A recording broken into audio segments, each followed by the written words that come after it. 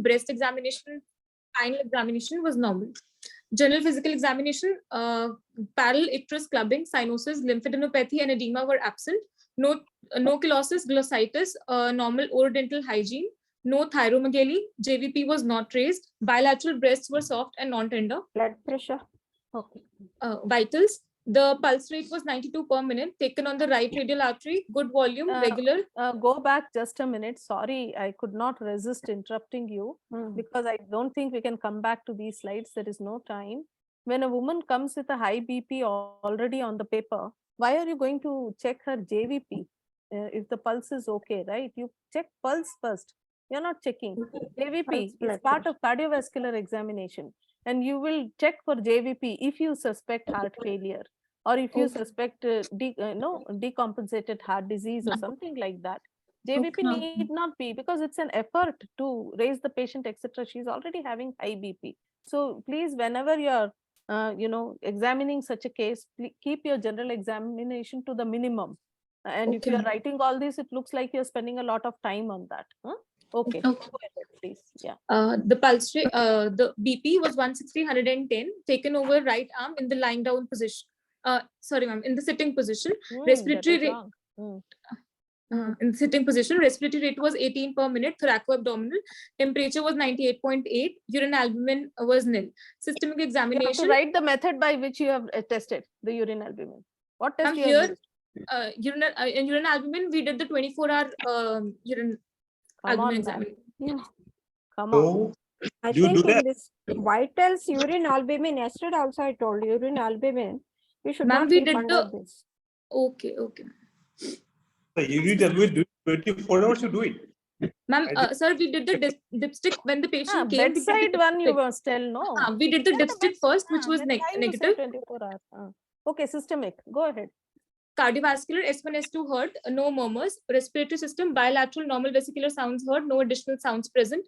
For abdominal examination, inspection. If blood pressure you have measured it like, so what do you mean by like? So they have corrected it. They corrected it, Dr. Pranay. Sitting position. Sitting position, sir. I said sitting position. That was an error. Yeah. Don't bring errors into this. Hello. So your voice is not audible. Examine her at the lying down position. If you examine her at the lying down position, at what position, which modification you should do? The left lateral. Correct. Okay. Not exactly lateral. It is lateral position. Any lateral position. Okay. Then where you put the there blood pressure cuff, which arm? Sorry, sir. If you examine her in the lying down position or left lateral position, which arm you are going to put the cuff, blood pressure cuff? So you down arm or the upper arm he is asking? Which arm you tie? The BP cuff. The down arm or the upper arm? One arm will be up, one will be down, no? The upper arm. He's asking you that. Okay, yes. Okay. Upper. Caught you, didn't he? I hope he doesn't come as examiner for you. You can tell the answer, Dr. Pranay. We'll go ahead. She has only two arms. So one of the arms you have to tie. So which arm you want to tie?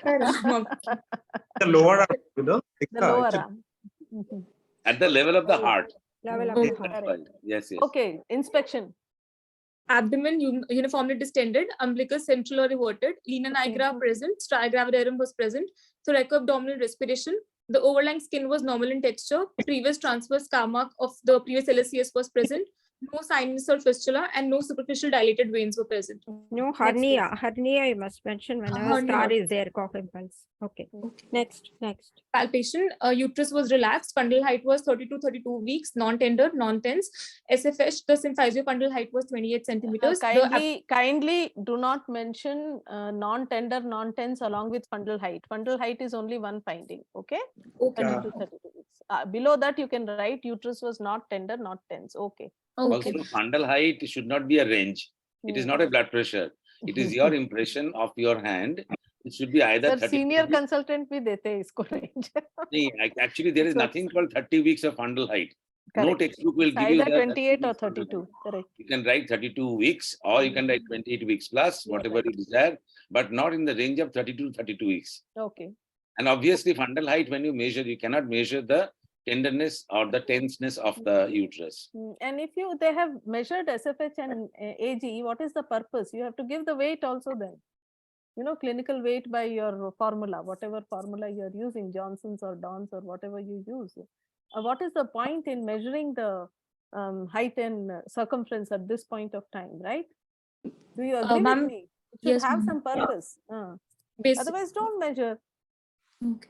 What is the need of measuring? You will be getting Ma'am, an it is ultrasound. uh, It is? to rule out IUGR IUGR or FGR. हाँ, तो Yeah. weight लिखो ना वहाँ पे, clinical weight Okay. लिखो. Then it will give you some purpose of doing that, and then you can correlate. No, you but can assess. Shobha, we Screening should not for, discourage growth them. restriction, We should not SFI. discourage them writing SFH and abdominal girth. They have to write this. This is important.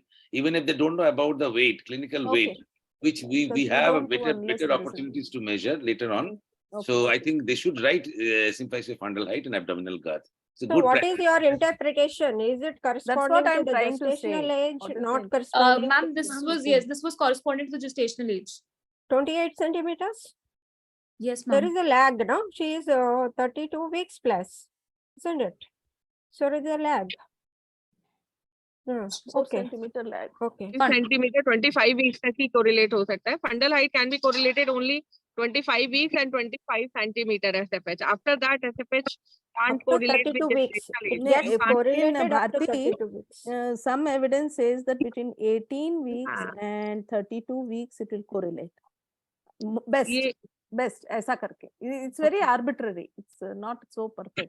yes, So I it think we can should be not- only helpful when you will after 1 week or 15 days you just say हाँ. that your SFH is increasing or not, age is increasing or not in your clinical data. Otherwise you have to monitor. Ma'am, but at the PG level, they must be knowing how to measure this, and it should be in their No, practice. I that they agree have that to they measure should that. know, but I also feel that they should know the purpose behind it. Yeah. Clinical gravidogram is not a obsolete concept. According to me, it is still there. Still. And It is also still Shobha, there. you are obstetric absolutely care is right. still there. But then the examiner can always ask them, what is your impression? That they can answer. That's what interpretation they should be ready. May That's not all. always write it down, but you should have the idea about the interpretation. Yes. Go ahead, please. Go ahead with the grips. The grips, yeah. The fundal grip, it was non-billotable part, suggestive of I think breach. we skip this. Okay, ma'am. On auscultation, FHS was localized on left spino-umbilical line. It was regular, 148 beats per minute. The case summary on chronic hypertension. Our patient, 36 years old, Gravida 2, Para 1, Live Why 1. you have written chronic hypertension in bracket? Something new? Okay, go ahead. Don't write like that, okay? Go Okay, ahead. Belonging to lower middle class socioeconomic status, presented at Muzaffarnagar Medical College, Uttar Pradesh, and was a known case of hypertension for last 3 years. She was on regular medications, enalapril 10 mg, and she came to us with the complaints of headache for 2 to 3 days with high BP records. which Mention was there two enalapril before pregnancy, na? She discontinued, na? Okay, ma'am. Okay. 2 recordings of 160 by 110 millimeter mercury, along with 8 months of amenorrhea, carrying 32 weeks, 6 days by date. She had sure dates and was a booked case. In the first and second trimester, her BP was in the range of 136 by Please 88. correct that again. Range Okay, ma'am. बोलने से दो In the range of 130. second trimester. But thereafter, her BP raised to 160 by 110 millimeters of mercury, after which she was started on antihypertensives. Here you She have was- to mention the gestational age. At Yeah. what gestational Thereafter, age you it should not increased? write. Gestational Okay, age. At which At height gestation age of 30. order. Okay, next, please. That- Diagnosis. Just ma'am, 1 अच्छा, second. Case summary में history और examination अलग से नहीं आता है. It is all one story. Okay? Yes, ma'am. All put on examination. Okay, On ma'am. obstetric examination, we found On- a single live fetus. A with single live cephalic- fetus with cephalic presentation Hmm. and height of fundus and abdominal girth were almost corresponding to the period of gestation. A relaxed Summary Got में to वो know. नहीं बोलते. Summary में cannot बोलते say- हैं how much you found. Okay. 32 week size uterus, relaxed. Okay. Finished. Yes, ma'am. There was no signs and symptoms of preeclampsia, and the urine dipstick was normal. Pardon me? No signs and She symptoms had of? headache. What are you trying to say here? She had headache. Huh. Why did you Is it change your... non-specific? What are the And- causes of headache एक चीज in a और है. pregnant woman? Is it One more non-specific? thing. you are One thinking? more thing which was missing in general examination, which missed my mind. you must test the woman gently for hyperreflexia. Even if she has come with headache, you must be able to touch her, test her deep tendon reflexes for hyperreflexia. You have told she is conscious, etc. Good, but you must check for that, okay? Because she has come with headache. That will give you an alert, because to me, it is looking like superimposed, preeclampsia until you can rule it out with impending. That's how it is looking to me. Do other examiners agree or disagree with me? Of No, course, but it's a case of superimposed preeclampsia. There And is no doubt impending about this. eclampsia. And impending eclampsia. no, ma'am, urine dipstick, it is normal, she said. It is not So rule out. it is Dasa. a hypertensive Papa. crisis. 160, 110, though it is a hypertensive crisis. But we can't call it as preeclampsia still, No, we unless can't call you it do until we 24-hour have the urine. investigation reports, no? Because the Yeah, she said urine dipstick is criteria normal. of Like it's- preeclampsia has changed. Presence I will of make a point proteinuria here, is Dr. not Papa. necessary now. Dr. It's Papa, not I will make a necessary. point here. It's very important for the PGs to know that proteinuria is no longer a sign of severe preeclampsia. Definitive sign of preeclampsia nahi hai abhi. Because there are many things which you need to investigate, find out. Correct. But there is no harm in thinking that a case of superimposed preeclampsia, because her mind becomes alert, she starts investigating now, finding out the other features of the severe preeclampsia. Provisional diagnosis may be wrong. Provisional later on. diagnosis ऐसे ही कर सकते हैं हम. It really doesn't matter if it proves out to be wrong later on. But if a student thinks about this case as superimposed preeclampsia, I will give her 10 on 10. Correct. Sir मैं एक छोटा सा correction बोलिए। करना चाहूंगी कि I agree with you wholeheartedly that proteinuria is not necessary for diagnosis of severe preeclampsia. देखना मैंने क्या लिखे और क्या बताया इन्होंने। Not that it is not मैं गलत हूँ तो मुझे important, it is बताना। no longer necessary for diagnosis of कैसे अपने severe मन से चेंज कर preeclampsia, सकती है मुझे पता है। provided it is supported ये by बिल्कुल नहीं है। other investigations which have gone abnormal. उन्होंने तो पूरी कहानी ही बदल दी। Bharti, could you silence yourself for a moment, please? Proteinuria is not necessary for diagnosis of severe preeclampsia. Correct, But yes. the presence of proteinuria is always relevant. It does not kind of That rule was out there. severe. That is also there. Yeah. But today But if you it's cannot absent, just, it does not rule out severe preeclampsia. you cannot rule out severe preeclampsia just on the absence of proteinuria. Correct. Or the proteinuria values, etc., etc. You have to investigate 5 other things. Yeah, other investigations have to be done. That's what I said. Yeah, also. that will come in the Other crossing. investigations. That will Dr. come in the Papa crossing. Dasri, in our country, it will be very safe to diagnose, even to overdiagnose a woman as impending eclampsia. Right, absolutely. So yes. that we do not miss, treating her in time. That is the thing. Yeah, next, please. Next. Do you have anything more? No. Okay. Provisional diagnosis. Provisional diagnosis. Please, quick. Provisional. Yes. The elderly, gravida 2, para 1, live 1 female at 32 weeks, 6 days period of gestation with previous 1 LSCS with singleton pregnancy with cephalic presentation is likely a case of chronic hypertension. Oh my goodness, why likely? You're so sure of that diagnosis. ये तो पक्का diagnosis है रे. Chronic hypertension के लिए don't write likely. पूरा रामायण हो गया, अभी बोल रहे हैं हैं शायद राम दशरथ का बेटा, ऐसे नहीं चलेगा, नहीं? नहीं चलेगा. You have to say that she is a Chronic hypertension with, if you think it is superimposed preeclampsia, Yes, if you you can think, write superimposed you have to preeclampsia. write that. Dr. Pranay has raised his hand. Pranay Fukan, yes. What investigations you do for this case right now? She is 32 plus 6. So how do you investigate and how do you write your management plan? Ma'am, we'll get the Madam, investigations Dr. Pranay Fukan has raised his hand. Pranay, you wanted to ask something? Please unmute yourself please, first. go ahead. Unmute yourself first. Investigations now, at this point, you have admitted. Okay, Yes, okay. ma'am. We'll get the CBC. We'll get the CBC Yes. done. Yeah. Hello. Ma'am, Yes, Dr. Pranay Fukan, yes. Yeah, I was kept silent for a long time. Actually. That's why I raised my hand. Please go on. I wanted to think comment. Ashish, a student can stop the screen and just discussion for another 10 minutes because we'll have to go to the We second have to session. close it now. Yes. Please stop share here. Yeah. Please and put on your video on, and so that there is good discussion. Yes, now the crossing goes on. Dr. Papa has raised one question: how to investigate this patient? And how will you go about the management of this case? So we'll get the investigations done. We'll get the CBC done to look for the hemoglobin, hematocrit, and the platelet count. Then we'll get the LFT and KFT done. We'll get the coagulation profile done only if the LFT is deranged. Then we'll also get. Pardon? If the LFT is deranged, we'll get the coagulation profile. Is it so? No, you have to do for all cases. LFT, RFT. Actually, they wanted to say, I think, that the coagulation profile is done only when the platelet count is low. Yes, sir. So the fibrinogen, the Not APTT LFT. and everything, we'll get it done if the LFT is deranged. LFT has got no relation with the coagulation profile. Only the platelet count has got. If the platelet count is less than 1 lakh, then you mandatorily should go for the coagulation profile. Liver function test. Liver function is mandatory in all cases. In attention, in all cases. Yes, any other investigation? So KFT is done, serum uric acid level is seen, serum creatinine level is seen, so fundus examination is done, in which we see any hypertensive retinopathy changes. Then the ultrasounds are done for the patient. Doppler is done, in which we look out for IUGR, the NSTs, and biophysical profile is done. And the one thing we missed out in the starting, so urine albumin is done when we admit the patient.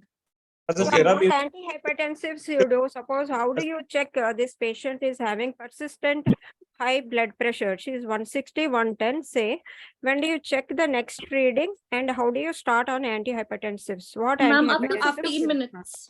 After 15 minutes, if we get 160 BP, after 15 minutes, we'll again check the BP. If it is not, if it is still in the higher range also, then we'll start the antihypertensive. If we go for the antihypertensives? Labetalol injection, IV labetalol, we give the patient 20 mg. 20 mg, and then again we repeat the BP after 10 minutes. Then we give 40 mg. Then we give 40 mg if the BP is still in the higher range. Then we again wait for 10 minutes. Then we go with 80 mg and again wait for 10 minutes. If it is still not in the normal range, then we again go for 80 mg. Yeah, this is known to almost all students, so we will not discuss that.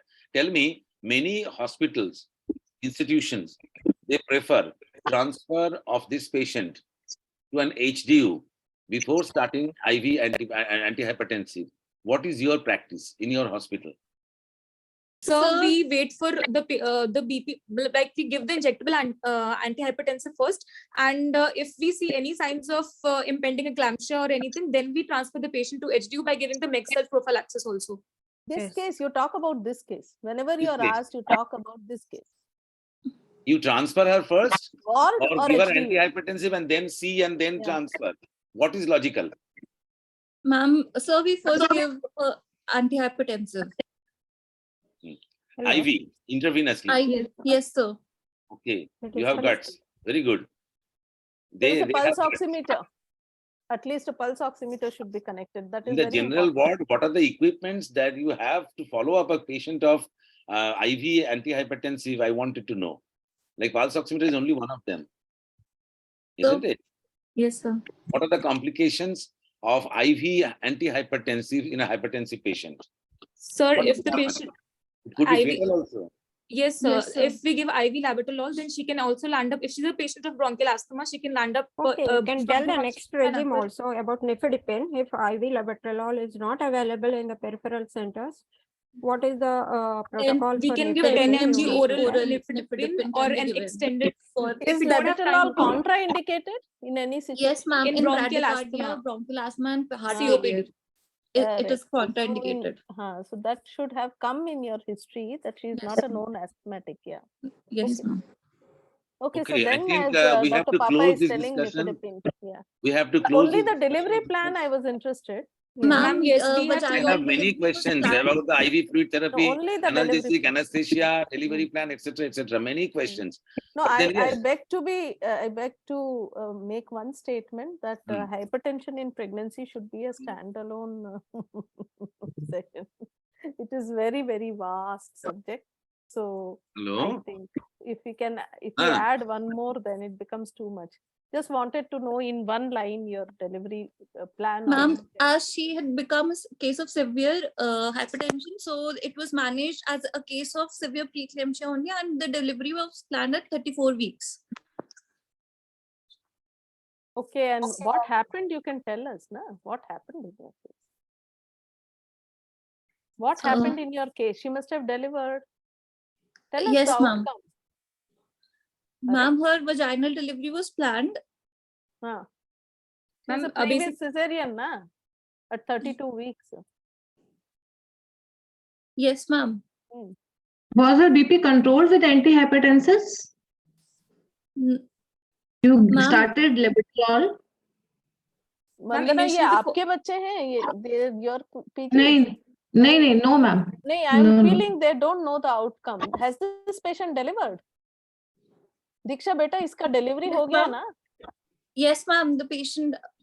तो बताइए ना क्या हुआ? Yes, ma'am. Ma'am, there was vaginal delivery for the case. VBAC was tried. Yes, ma'am. How did You have done induction of labor? How did you induce her? Yes, ma'am. With How what? did Ma'am, you do it? oxytocin. With oxytocin. That Yes. is very good. Right. So you are discharging the patients. She is a chronic hypertension. So what advice you give? When do you follow up? Ma'am, What we call the contraception you advise? ma'am, What are the contraception. long-term effects of hypertension? You should be prepared to answer these questions.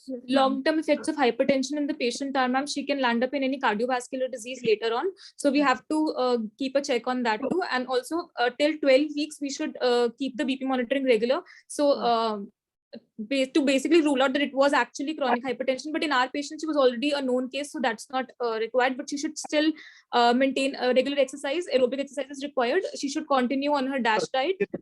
Ma'am, Aspirin. contraception was Continue advised aspirin. to the patient.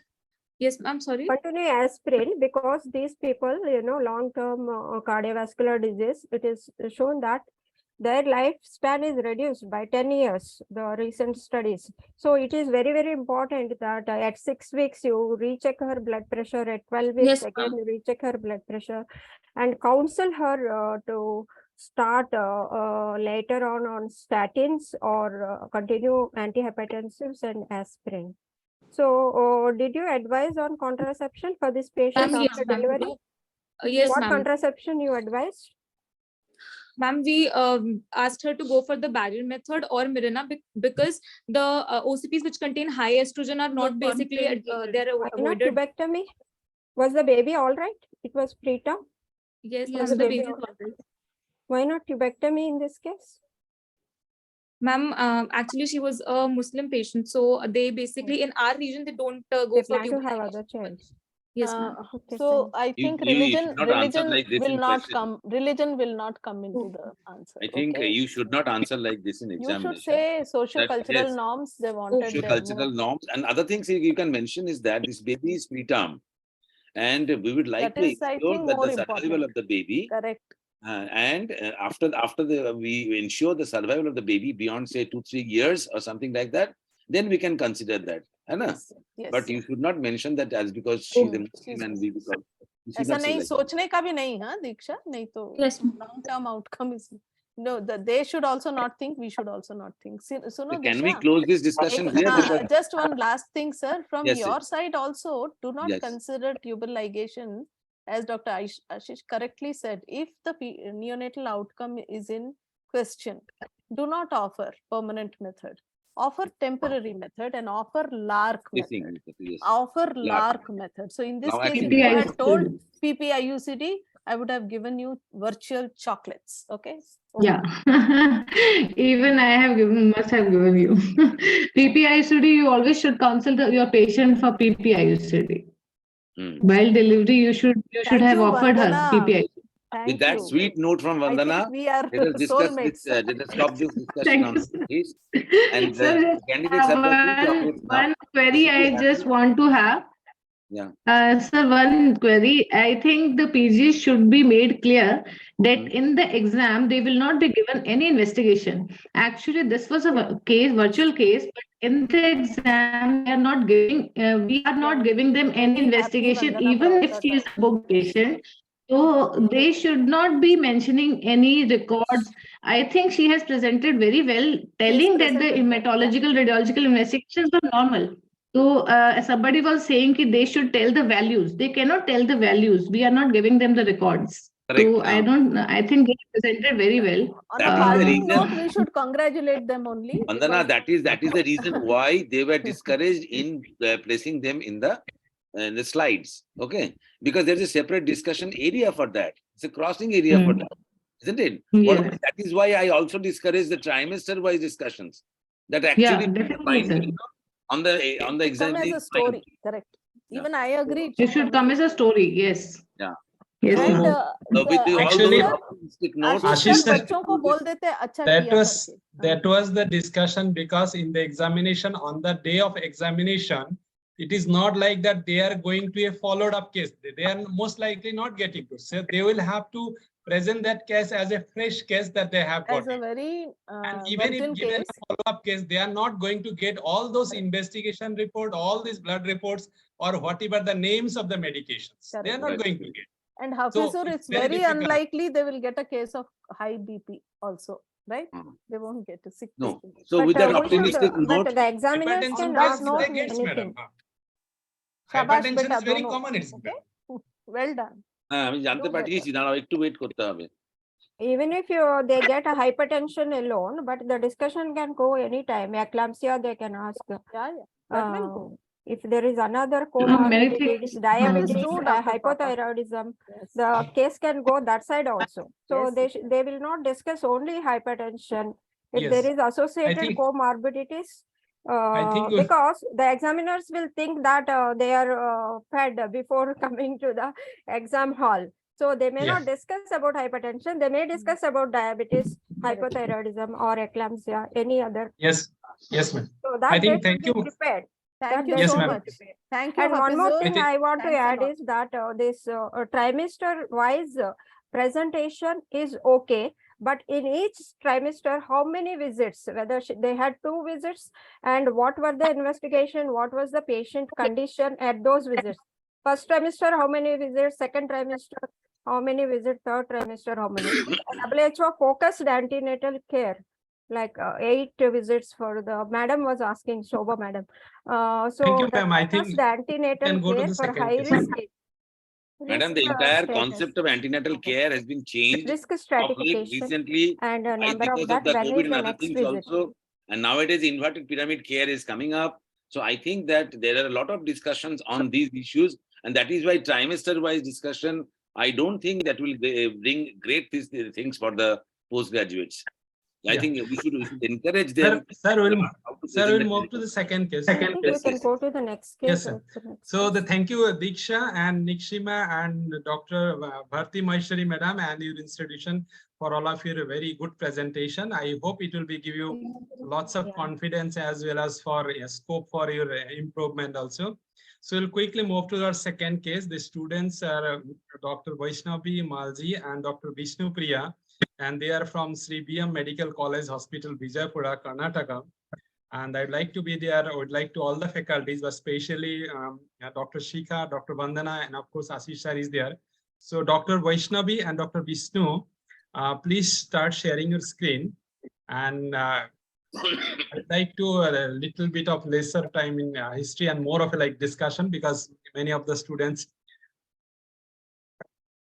Can you share the screen, Dr. Vaishnavi and Dr. Vishnu Priya? And please, faculties, all of you can please take over. Dr. Vaishnavi and Dr. Vishnu Priya. Vishnu Priya, yes, sir. Okay, from Vijaypura. Okay. So can you start your presentation, Dr. Vaishnavi? Please make slideshow. Good afternoon, sir. Myself, Can you Vaishnavi make Malji. slideshow? Vaishnavi, can you make it Okay, slideshow? sir. Thank you, Dr. Hafizur and Dr. Ashish, Dr. Shobha. I was actually muted, so I couldn't tell. So very beautifully, everything was done. Thank you for the opportunity to us. Thank you. Thank you, ma'am. I hope the students will get whatever the Definitely, all students and many all the students students, from, they are also yeah. and all the students. yeah, it's very good. Please start, Vaishnavi and Vishnu Priya. Please start from slide 1.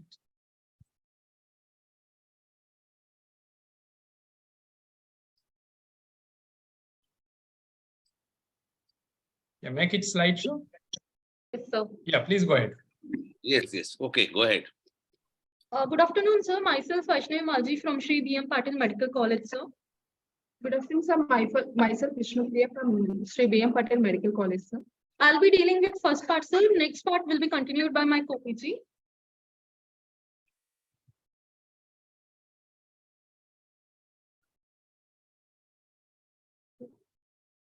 Here is a Mrs. ABC. She is 19 years of age, a homemaker by occupation, and her education was 8th class, and she belonged to class 2 upper middle Kupaswamy classification. And her husband named Mr. ABC, driver by occupation. He is 10th class education. He belonged to Talikoti, which was 86 kilometers from our district, our place. And history was given by patient mother, which was reliable. Chief complaints. They came with 9 months of amenorrhea, appreciating movements well. History of bilateral lower limb swelling since 3 days prior. History of headache at 5 hours prior to admission. History of 3 episodes of convergence since 4.5 hours prior to admission. History of presenting complaint. History of pedal edema was present since 3 days prior to admission, which was observed by her mother. And history of headache at 5 hours prior to admission. She complained to her mother. History of 3 episodes of conversion. First episode, 4.5 hours prior to admission, which was generalized tonic-clonic conversion, associated with frothing from mouth, history of uprolling of eyes and tongue bite, and post-ictal confusion was present. And she had 2 more episodes, half an hour apart, following 1 hour. No history of bleeding was there, and she was immediately rushed to private hospital. Nearby hospitals, there they recorded BP, which was high, and administered loading dose of MgO4 and referred to higher center for further management. History of present pregnancy. She's booked case outside private hospital. She had a total of 9 ANC visits. Pregnancy was detected at 2 months of amenorrhea by UPT, and dating scan was done, which was found normal, and she has taken supplements of folic acid, and first trimester was uneventful. Second trimester, she had uneventful, no anomaly was found, which was done at 5 months of amenorrhea, and she continued taking iron and calcium supplements. Third trimester, she had regular ANC checkup. She had last ANC checkup 1 week prior to episode of conversion, and patient came with above complaints. Marital history, she had married life of 10 months, which was non-consanguineous marriage, and she's primigravida. Menstrual history, age of menarche 13 years, and by LMP, she's 33 weeks, 1 day period of gestation. History of previous menstrual cycles are regular and normal. Past history, nothing significant. She is not a known case of any hypertension, diabetes mellitus, epilepsy, cardiac disease, hypothyroidism, and oncolostoma. No history of previous surgeries in past, and no known history of drug allergies. Family history, no family history of hypertension, diabetes mellitus, epilepsy. No family history of any preeclampsia in family members like mother and her sisters. Personal history, she is vegetarian by diet and appetite is normal. Sleep undisturbed and bladder was regular. General physical examination, patient is moderately built and moderately nourished, and she was drowsy. Her GCS score was E2, V4, M5. Her score was 11 by 15. Pallor-icterus cyanosis, clubbing lymphadenopathy was absent. Bilateral pedal edema present up to ankles, thyroid breast, bilateral spine normal. On admission, SpO2 is 98% on roommate. Pulse rate is 98 beats per minute and regular. BP was 160, 110 millimeter of mercury, and bedside pneumonia is +2. Following which injection labetalol 20 mg IV was given, and BP was checked after 15 minutes, which is 150 mmF, 150 by 90 mmF Hg. Respiratory rate is 116 cycles per minute. Deep tendon reflexes were present. On systemic examination, previous S1, S2 normally heard, and no murmurs were present. Respiratory system bilateral non-vascular breath sounds were there, and no added sounds were present. On per abdomen examination, on inspection, abdomen is ovoid in shape, linear nigra was present, and stria gravidarum was present. Umbilicus averted and central, and no dilated veins. Hernias orifices were intact, and no scar marks were present. On palpation, fundal height corresponds to 28 to 30 weeks period of gestation, and it's relaxed. Symphysis of fundal height is 28 centimeters. Abdominal girth is 72 centimeters. On fundal grip, broad, soft, irregular mass felt suggestive of breach. Lateral grip left side, uniform curved, hard resistance mass felt suggestive of fetal back, and right side multiple knobleg strictures were felt on right side suggestive of limbs. First pelvic grip or globular ballotable mass felt suggestive of head, and second pelvic grip, head was not engaged, fingers were converging. Estimated fetal birth weight by modified Johnson's formula is 2,325 grams. On auscultation, if fetal heart sound is heard in left spinal umbilical line, it's around 146 to 152 beats per minute. Local examination, catheter was in situ, 200 ml of urine was present in the bag. On pervaginal examination, cervical os is closed, firm in consistency, 3.5 centimeters in length and posterior, uneffaced, vertex is at higher position. Modified Bishop's score is -1.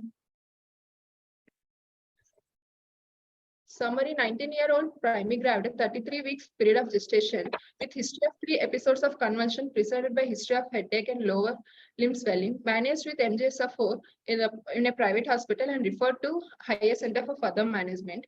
On admission, patient is in post-drowsy with GCS of E2, V4 and M5 with grade 1 pedal edema.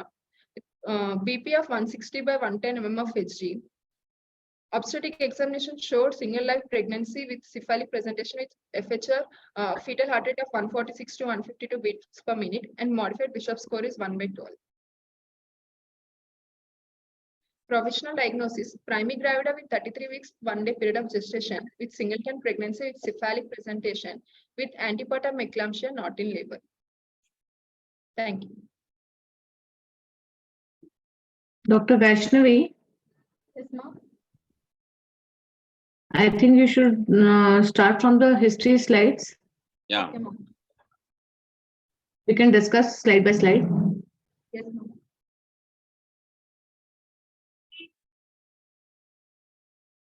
Okay, Ashish sir, I think it is discussed this already. The past case we discussed about this.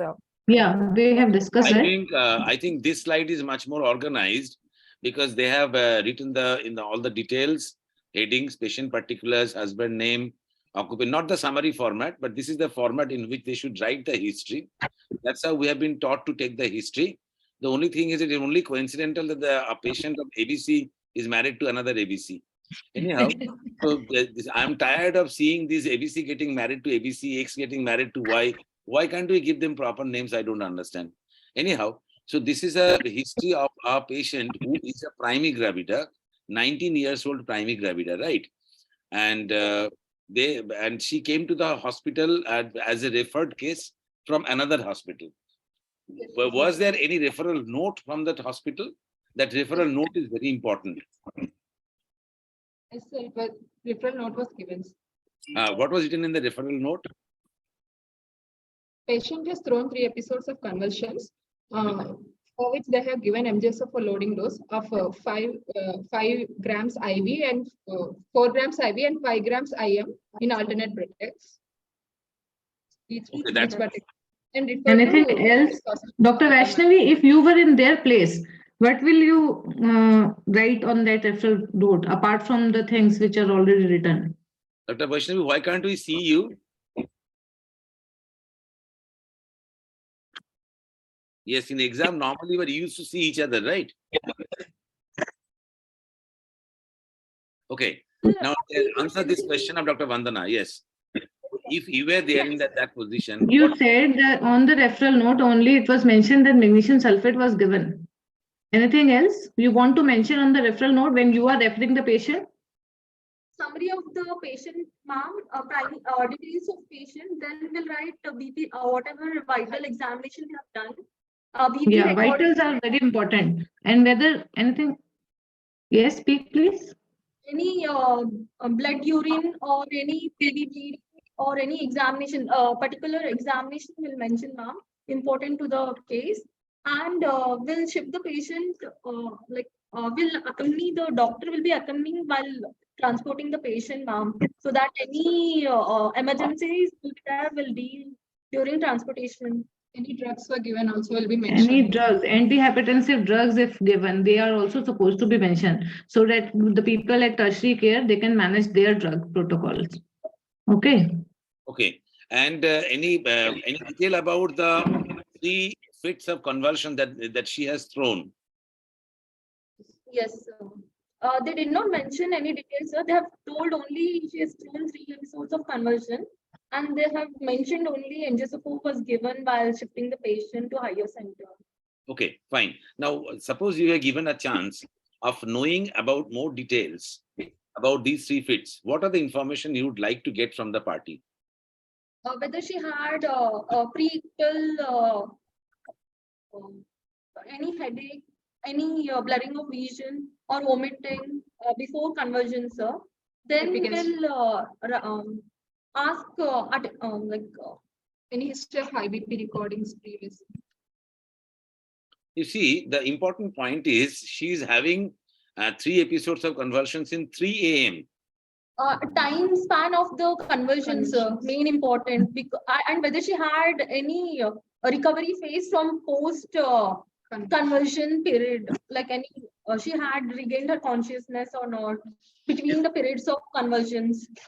So that's extremely important. And in between the periods of convulsions, whether the patient was regaining consciousness or she was throwing convulsions one after another, which is known as status epilepticus, whether that situation was there or not. Secondly, any evidences of injury like tongue bite or bleeding from the mouth. Who resuscitated her heart during the convulsion? She was definitely at home during that period of time. So who resuscitated her? Who did what? Whether she had a history of fall on the ground from the bed. Yes, sir. She was sleeping in her own bed, sir, during conversion episodes, and mother was beside her when she had thrown conversions, sir. Acha, can I just ask one question? Yes, madam. What was the pattern of convulsion? Was it generalized? Because the Generalized history of tonic, clonic can be taken from the attenders. And was there any incontinence and aura, etc., has been discussed. But I am interested in sphincter incontinence and whether it was generalized tonic clonic and whether there was loss of consciousness following every convulsion. These are important. Whether she completely regained and then had a fit, or in the phase of post-ictal coma only she threw the other fit, which kind of points towards status and a very, very severe disease. It actually indicates most probably dense cerebral edema, or, and any neurological deficit was observed. If all this has happened and there was any interval between and after the fit, whether any neurological deficit was observed with weakness of any limbs or etc., or deviation of mouth or slurring of speech. So I think that should be a part of the written note that has followed from the medical officer. The post-convulsion neurologic status of the woman is very, very important, particularly when she had 3 quick series of convulsions. Was there something written in that note about that? No, sir. Nothing was mentioned. So the time is important, number of convulsions important, in between convulsions, the condition of the patient, the frequency or interval of the convulsions is important. What is the condition after 3rd convulsion that should be recorded? Okay. And coming to I think the medical officer had hardly any time to investigate the matter in terms of lab investigation, but only bedside urine test can be done immediately, whether that was done or not. What was the blood pressure level? What was the therapy given? So all these details are needed. So you need to know how to write a referral note.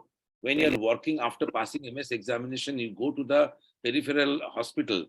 You need to know what are the things that you need to write in a referral note before sending it to the. Simply writing the 3 episodes of convulsions and magnesium sulfate given is not enough. Because when you are at the receiving end, you will realize many things are missing. Kash is a hota. Hai na? So I think that these things are very, very important to write in a referral note. Okay. We must know whether the convulsion came out even after giving the first loading dose of magnesium sulfate, because we may have to repeat the remaining part. So it's important to note.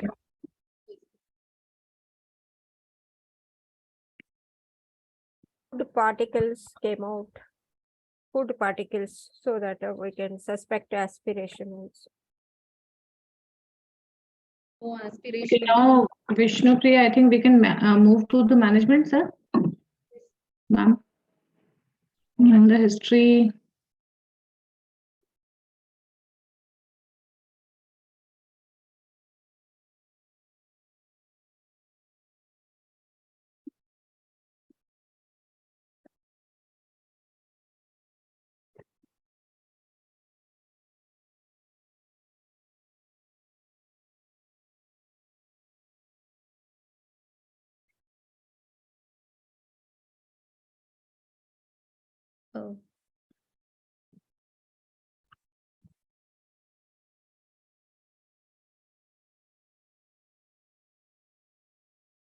I think the history and examination are all right.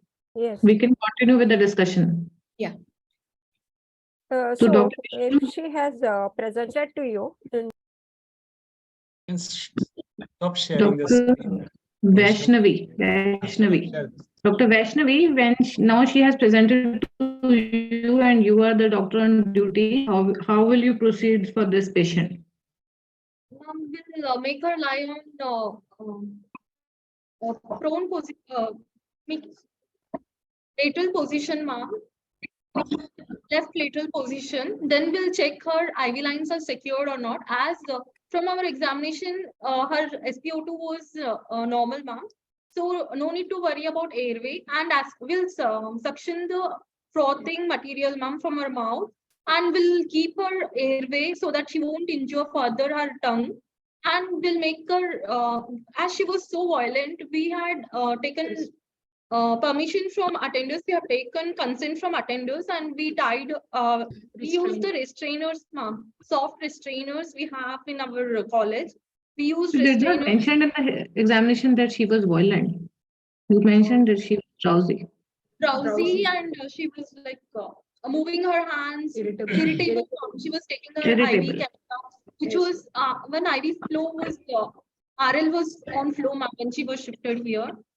And we secured one more 18 number gauze needle, and we have taken blood samples for investigations such as complete blood count, complete hemogram, and we have taken serology like we do HIV, HBsAg here in our hospital, ma'am, and LFT liver profile, which includes bilirubin, conjugated and non-conjugated, and AST and ASP, and protein, then renal profile, which constitute uric acid, urea, and creatinine, serum creatinine levels, ma'am, and LDH, coagulation profile, INR, PT, and APTT levels, ma'am. And when mother is stable, we have gone with fetal monitoring, CTG, as FHS was present. We have used CTG for monitoring of fetus. As it was 33 weeks, we given corticosteroids for prophylaxis, and MGS4 as we have given already. Prior to our admission, ma'am, we continued with the Pritchard regimen in our college, and we discussed about delivery mode with attenders. Examination and production. 1 minute. Whenever a patient of eclampsia comes, what are the principles of management? First you do what, and then you do what? You will stabilize the patient. And after that, you will only after stabilization, after giving, she has also already received. If she is stable only, then you will do the perigenum examination and do everything else you have told. So now you have to decide the delivery plan. No, Vandana, before going into delivery plan, I'd like to ask them one question. A patient of eclampsia with history of 3 fits, quick succession, have come to your hospital. When the convulsion is actually happening in front of your eyes, what do you do? Sir, we put patient's face on left side, lateral side, sir. Left lateral to prevent aspiration and tongue fall. Then, you can get to the mic, we cannot hear you. You can stop the share screen also, it will be better. Yeah, we can go for that. We can see better each other, no? Stop the share screen. Can you stop sharing? Yes. Okay. Yeah. Now tell us, you are seeing that the patient is convulsing in front of your eyes. Yes. What do you do? We'll keep the patient in left lateral position. Left lateral position. Okay. Yes. Left lateral position. First of all, in which ward do you treat her? The patient has come to emergency in order to which ward? We'll give MGS4 2 gram extra, sir, because No, you didn't get my question. Which ward do you allow the patient to move in? The patient has come into emergency. Obstetric ICU, sir. We have to monitor the eclampsia patients in obstetric ICU. Obstetric ICU. You have obstetric ICU. Okay. Yes, sir. Fine. Okay, fine. Do you When need a we- dark room with no lights, etc., etc.? Yes, Do you need to- it should be dark room with no light, and we'll keep her in left lateral position and we'll give 1 minute, the 1 minute, 1 minute. If your obstetric ICU is dark, nobody can see anything. What about the other patients being treated there? We have curtains, compartments and curtains. So the curtain will prevent light from entering into the only that chamber. I wonder where these curtains are available. Give me the address. So the dark room concept is gone now out of the window of that same ICU. Yes, sir. Okay, nowadays the dark room concept is no longer valid because we have found out that those flickering of lights and other things, they do not initiate convulsion. So HDU and ICU, you can have full lights because you have to treat other patients also. Yes, sir. Right? More importantly, you focus now on the convulsing woman. Yes, now the patient is convulsing in front of your eyes. You ask the relatives to move out of that room and you enter. What do you do? We turn the patient's face to the left side, sir, Okay. to prevent aspiration or tongue fall, and put mouth gag to prevent tongue bite and tongue fall, sir. 1 minute. Do you need a railed cot? Railed Rail cot. cot. Railed Rail cot. cot. Yes, sir. We need rail Is it a cot. railed cot? Yes, sir. Yes, sir. We need it. Vandana, you continue from this point. I have a phone call. Yes. Okay, sir. So do you need to put the patient on a railed cot? Yes, sir. To Yeah. prevent her falling from. Will you like to give some antihypertensive to your patient? She had BP of 160, 110. Will you like to give some antihypertensives? Yes, sir. You will like to give? What will you prefer? 20 mg IV. Your voice is not coming. Injection Lebetlol 20 mg IV will give, ma'am. Or anything else you want to give? She's convulsing in front of you. Anticonvulsant also will start, ma'am. Yeah, As what dose will you give? Dose is given directly, we'll give extra 2 gram dose, ma'am, IV. She has already received extra 2 gram you will give. Okay. And do you want to give her oxygen? If yes, ma'am. Saturation. 8 liters of oxygen to be given. You'll start her oxygen. Okay. Yes, And suctioning you have done? Yes, ma'am. Suction. On admission. You have to do the suctioning also, no? And simultaneously, you have to, there should be no noise in the room. Dark room concept is over nowadays, but noise should not be there, excessive noise. Okay. And physical restraints, as you said, your patient was violent, you can physically restrain the patient of the violent patients. Okay. I think the sir must be coming. You can think of the delivery plan till then. So if this patient is having repeated convulsions, despite, as madam said, 2 grams IV magnesium sulfate, so what do? Anybody's help you take, and how we proceed next? We'll call anesthesia on-call consultant, and we'll go with diazepam, injection IV diazepam or injection lorazepam as seizure continues, ma'am. Okay. So what is status epilepticus? Status epilepticus, can you define that? Yes, ma'am. It is defined as conversions in the patient will not regain the consciousness and she'll be repeating the episodes of conversions, ma'am. It might go till more than 30 minutes or previous conversion more than 5 minutes and again. Okay. So what do you think if there is a status epilepticus?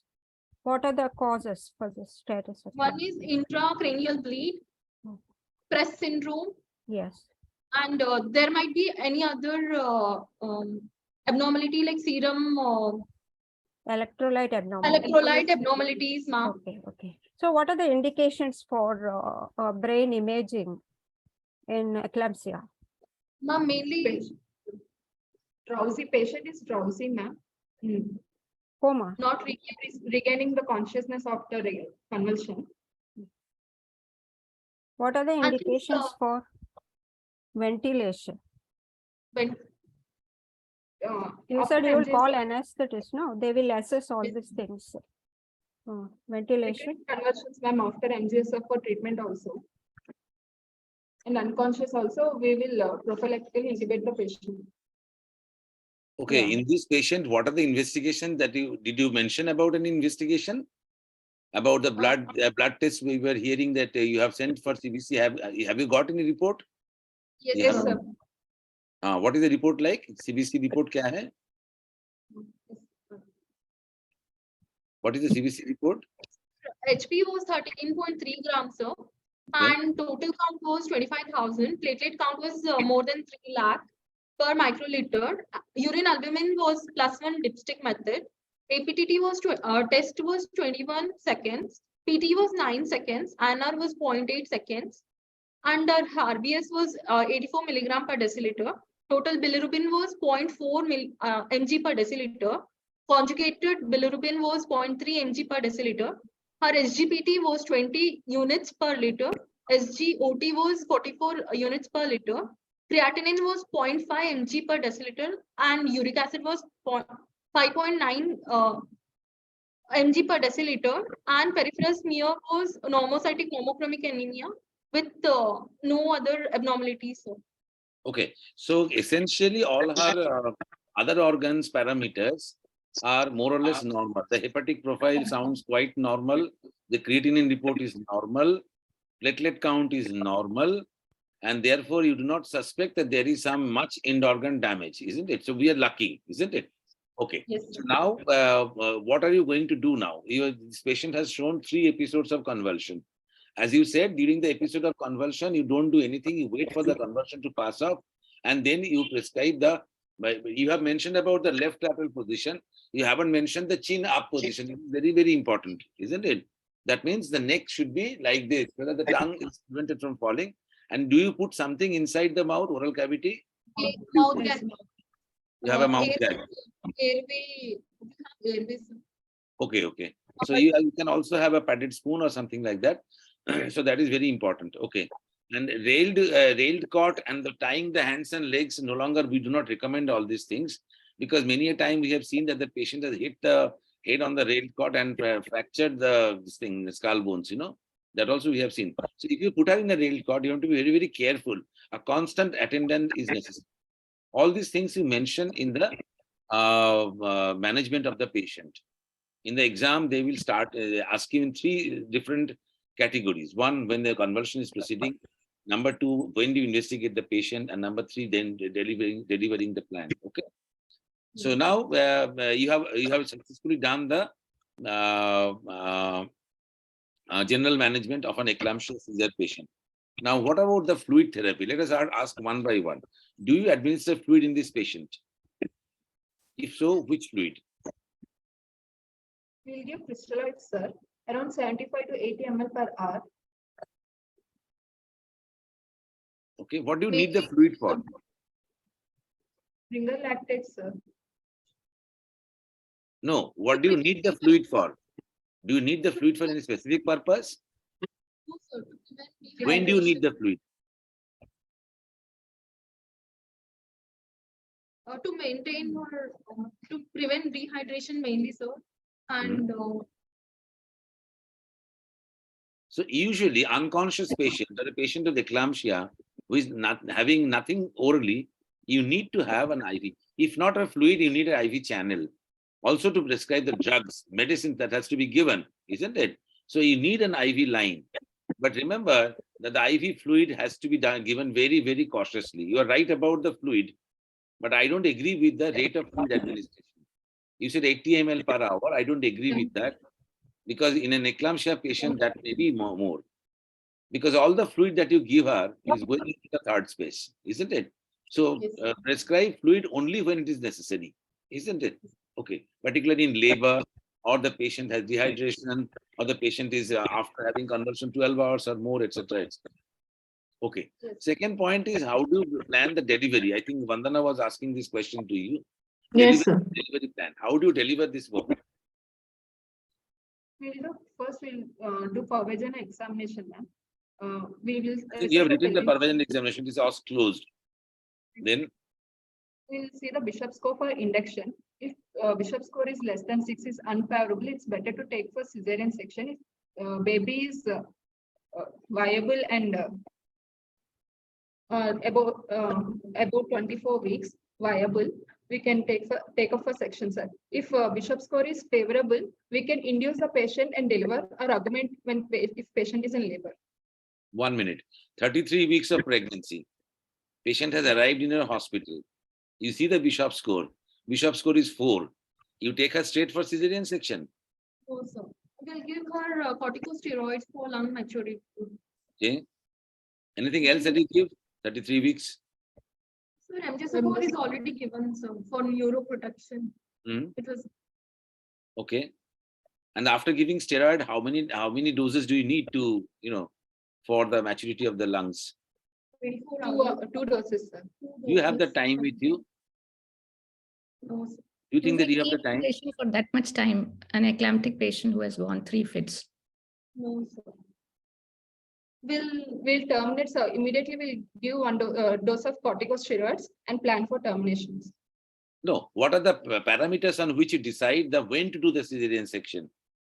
You won't give some time to the magnesium sulfate to work. Can it control the convulsion? Can the antihypertensive bring down the blood pressure? Are these important parameters? Yes, Or is there any need to go for the OT, rushing to the OT, irrespective of whatever the maternal condition, fetal condition is? No, sir.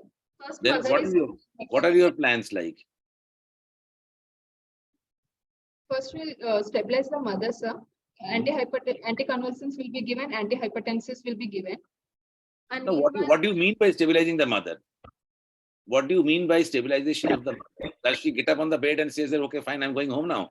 That is stabilization. Or whether she stops convulsion and she, before becoming unconscious, she slightly regains consciousness, or her blood pressure comes down, or there is no convulsion, etc. What is in your parameter? What is her level of this thing? Recovery or other stabilization? We use this term stabilization very frequently.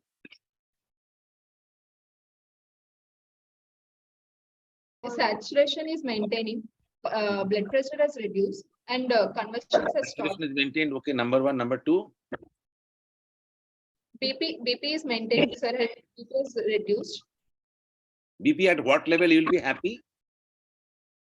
Below 130/90, sir.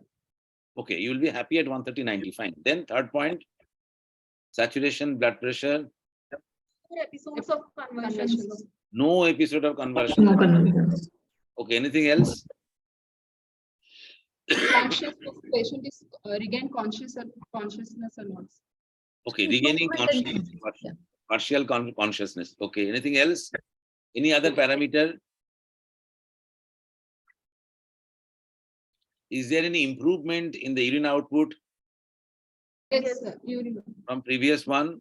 Okay, so these are all maternal parameters. What about the fetal parameters? Do you need a continuous electronic fetal monitoring in this case? Yes, sir. It's available.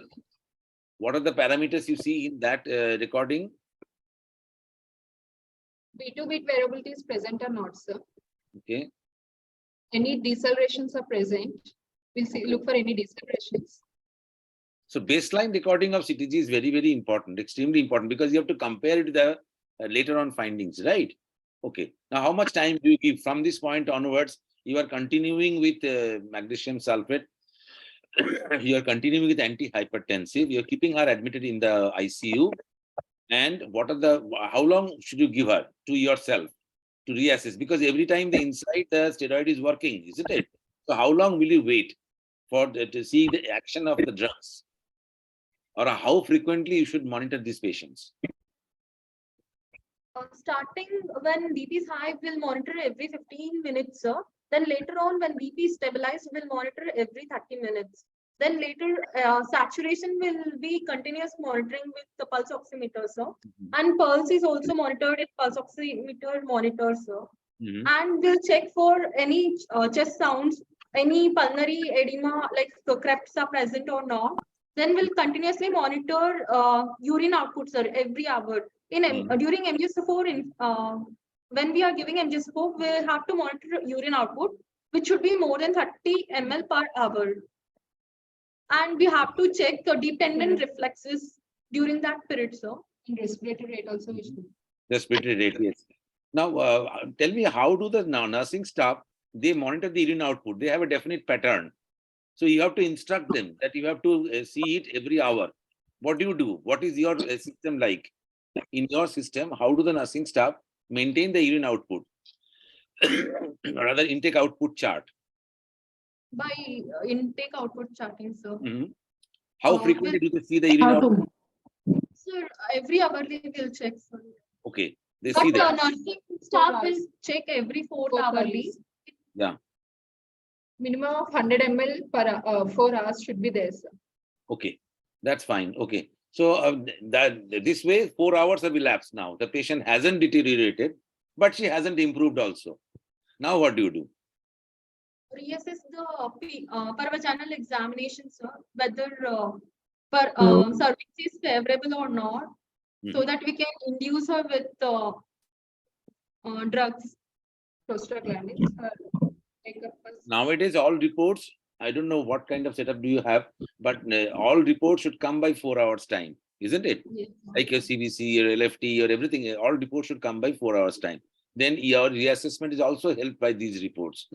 Okay. Yes. So now after 4 hours, when you see that there is no improvement, but there is no deterioration also, would you continue this treatment for some more time? Or you will say enough is enough, let us go for a section? We'll go with termination of pregnancies. Pardon? We'll go for termination of pregnancy, sir. Okay. You won't allow the steroid to work. Slightly more time nahi dena hai. Suppose the fetal parameters are okay, maternal parameters are okay. She's not improving, but she's then steady. No, sir. She might deteriorate. Mother might deteriorate, sir.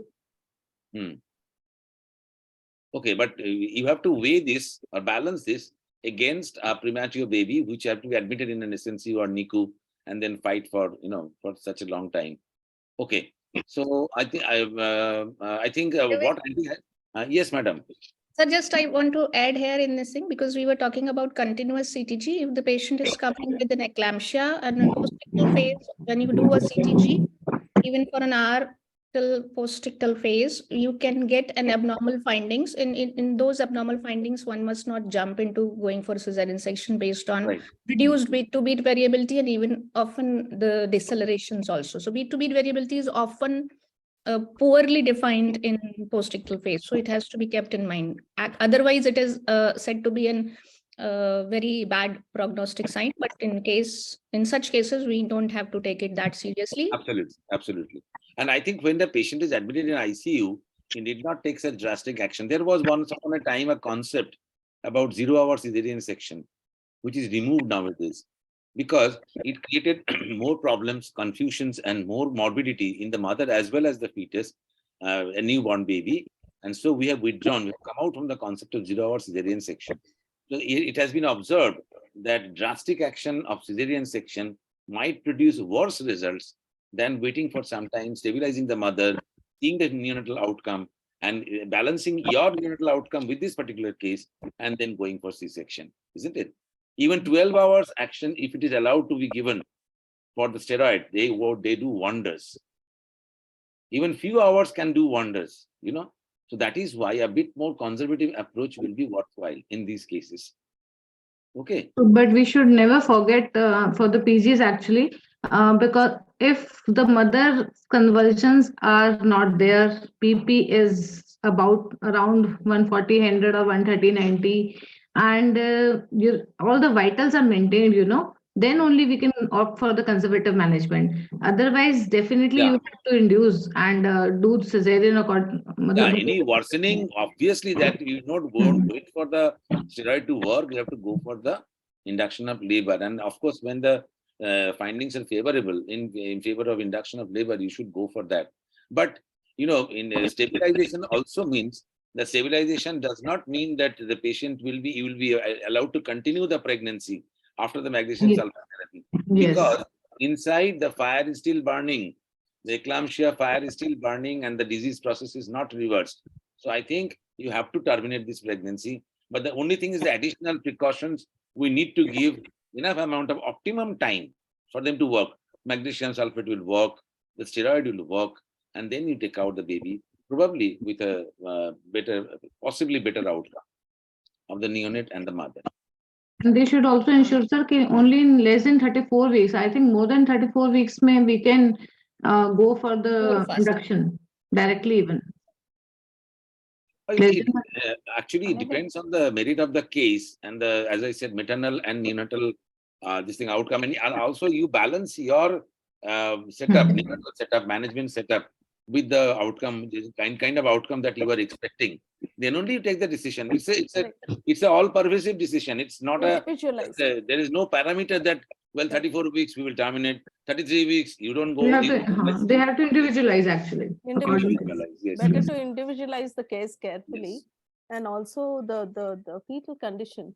Fetal surveillance also has a, once you have stabilized the mother, relook at the fetal condition, because sometimes we do an initial fetal evaluation and then we stabilize the mother. Our focus is on that, but please reconsider that you can, go ahead and do a repeat Doppler if necessary before planning to wait for the induction outcome. Sometimes one point is when that you do when again fetal surveillance, you find some reason to take her up for a cesarean. So be very careful. Yeah. And I just want to add, ma'am, one point. When the patient is on labetalol, especially, it can cause abnormalities in the fetus also. The CTG can be abnormal. So that also we should not jump for the cesarean section. You can at least monitor for half an hour, and the next dose of labetalol may be stopped, or you can change over to nifedipine if there is a maternal. I think that CTG is a very tricky situation, and decision of cesarean section should never be taken on CTG because it is an imperfect tool. And another point is that when the patient has to have some CTG changes, I mean the baby has to have some changes, the labetalol has to be in the system for quite some time. It will take some time to have its effect on the CTG, and therefore whenever you see even suspicious sign of CTG, then you repeat it, and you do not base your decision on the CTG. And that is why the modern CTG players, they say they never depend on the CTG for any obstetric decisions. You take it with many other things together, the clinical, ultrasound, the CTG, everything together. Better to treat the patient than the CTG. Yeah. That is the message. One thing which about fetal surveillance, I just wanted to tell all postgraduates that so far, whatever evidence we have been able to have, research we have been able to have, the sensitivity of tools for intrapartum surveillance are quite good. Intrapartum CTG, intrapartum behavior of surveillance, yes. Everything is actually correlating with outcome better, but there is actually no perfect tool for antepartum surveillance. That is why we are not able to bring down the incidence of antepartum stillbirths. So you need to have your own metrics. You need to have your own, because even a busy OPD, it is so often found that, today the woman goes back and next week she comes back with a stillbirth. So be very careful. Have your own metrics, especially subjective perception of fetal movement. The woman should be made aware of very early in the 3rd trimester. Let her start maintaining a kick count chart. The merit of it is not that great, but something is there in your hands, something to say medico-legally also, that the woman was asked to maintain her fetal kick count. Record. Actually, once upon a time, we put a lot of importance on a test called admission test. Yes. Which ultimately proved to be backfiring on us. So we actually, in this era, when we are trying our best to reduce the number of cesarean sections, that admission test put a lot of contributed a lot of numbers to cesarean section in our practice. So that is why we always review our practice. We recommend something on the basis of some observations, and then you continue this in practice and then withdraw it. Why? Only because, just like I told you about the story about the dark room in an eclampsia, for an eclampsia patient, that I told you about the admission test in a case of, assessment of antepartum assessment of fetal well-being, which has been an imperfect tool. Like I agree with Shobha that the intrapartum monitoring is more or less in our country only, it is so good. Where there is an intrapartum invasive fetal monitoring, there to aur bhi acha hai. But antepartum monitoring is really an issue, and therefore you need to be very, very clinically strong and suspecting something in your mind that this may happen, this could go to this. In a small indication, the patient is given a history of, say, 1 hour interval between two convulsions. That has got a separate connotation compared to a person who is having, say, 12 hours interval between two convulsions. So all these things must strike your head, and you must take the history properly and combine these history findings with the examination, then little bit of investigation, fetal monitoring, everything together, and they can take a decision. So there are certain things which are now out of practice. For instance, the 0-hour cesarean section is now out of practice because it doesn't produce much better result, but optimum timing has to be given for the delivery. Yes, what about the anesthesia, type of anesthesia in these patients? For a C-section, you need anesthesia. What kind of anesthesia would you recommend for this? General anesthesia. General anesthesia. Why general anesthesia?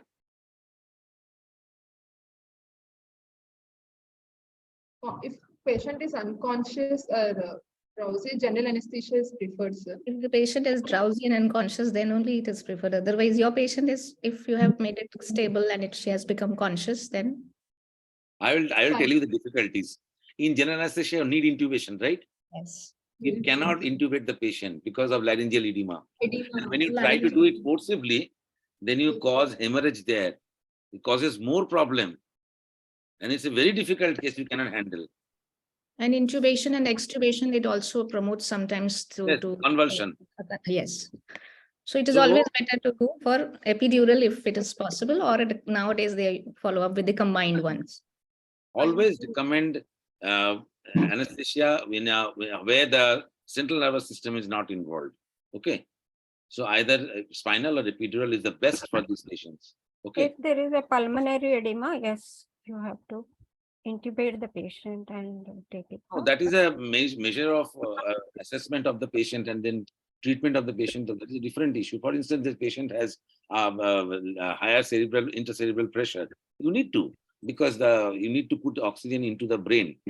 But as a general rule, the eclampsia patient must be delivered under regional anesthesia.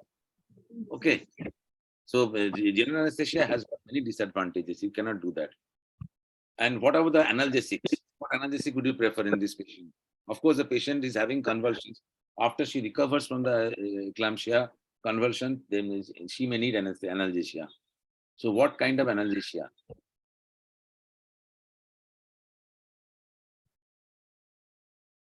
Do you have people who are expert in epidural analgesia? Yes. So epidural is the best for these patients if you have the trained people. But one thing you remember that anti-inflammatory analgesics, NSAIDs, non-steroidal anti-inflammatory agents should not be prescribed in these patients. Okay, so that is one thing about the analgesic. Fluids we have already discussed. Delivery matters. We do give injection morphine if it is not done under epidural, so that it also helps to prevent your pulmonary edema. Actually, morphine is usually not available at many hospitals. And also, madam, we do not prefer this central narcotics because they may alter the GCS score and they may alter the management parameters also. So we generally prefer not to, use them. Anyhow, if necessary, see, the analgesia requirement in eclampsia is not so high like in other cases because the patient is having convulsion and unconsciousness. But yes, if it is necessary, only avoid NSAIDs, that's all. But epidural analgesia is the best. So in this patient, if after giving magnesium sulfate and BP is controlled, at our center, I will like to induce with Servigel. Savi prime gel I can give so that I will get that 10-12 hour period. In between, if she delivers, sometimes the patient delivers, the cervix is soft. So we can try after 1 hour of magnesium sulfate or when there is no convulsions actually, we can induce the patient with the PGF2 gel or PG2 gel and either misoprostol tablets so that once the os is open, we can do ARM. In between, the steroid is doing its work, we can help for the ripening of the cervix so that patient may deliver in next 10-12 hours. Yeah, it's a fairly good point because you see, always vaginal delivery, induction of labor, always we go for the aggressive induction of labor. That is a recommendation by many colleges also. So they go for aggressive induction of labor. Yeah. And the aggressive induction of labor, that's what I was repeatedly asking them. What happens after 4 hours if the patient condition remains unaltered? That means the patient is not deteriorating.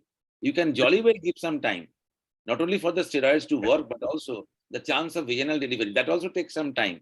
And then vaginal delivery is always preferable following an aggressive induction in a case of eclampsia. You are right. Dr. Raghavendra Lakur has raised hand. Yes, Dr. Lakur, please raise your question.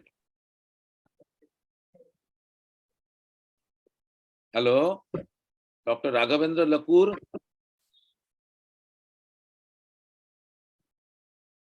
I think he has lost faith in us and left in the right direction. Okay, so I think should we stop the discussion for any more question? Dr. Shikha or Dr. Vandana, would you like to put any more question? Or Dr. Most of the things we have covered probably in the first as well in second case. What we have probably left is in and with this particular case scenario also, this patient was actually properly booked, and that too we come across such kind of an outcome in the form of 3 episodes. So just want to know if such kind of patients are there, how should we predict? How should we predict so that this kind of outcome we are not able to see? Because in this particular case, they said that she had 8-9 visits. And despite that visits and monitoring, she came up with this particular outcome. So just somehow they can summarize how usually they do the prediction work and how do you come out who is the high risk for particular such cases. Just the prediction of preeclampsia, you mean? Yeah. Right. Okay. So tell us whether you do any test for, or how do you predict preeclampsia in the next pregnancy, of course. In this particular patient, say, next pregnancy, like the first case, we had a second gravida, isn't it? Whether there was any chance, any scope of predicting preeclampsia in that case, that would have been much better.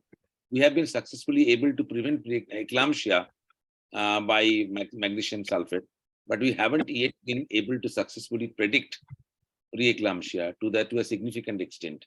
And the modalities that are available today that are actually not only expensive, but also they are time consuming and they're not always feasible in all setups.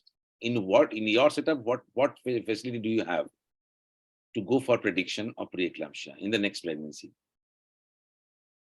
That is what Dr. Shikha wants to know. So there is no qualified proper predictors are available, sir. And patient should go to qualified practitioner for next follow-up, next pregnancy. Pre-counseling, she should, pre-conception counseling, she should go, sir. Yes. And she should start with folic acid. And first trimester, she should undergo umbilical artery Doppler, uterine artery Doppler.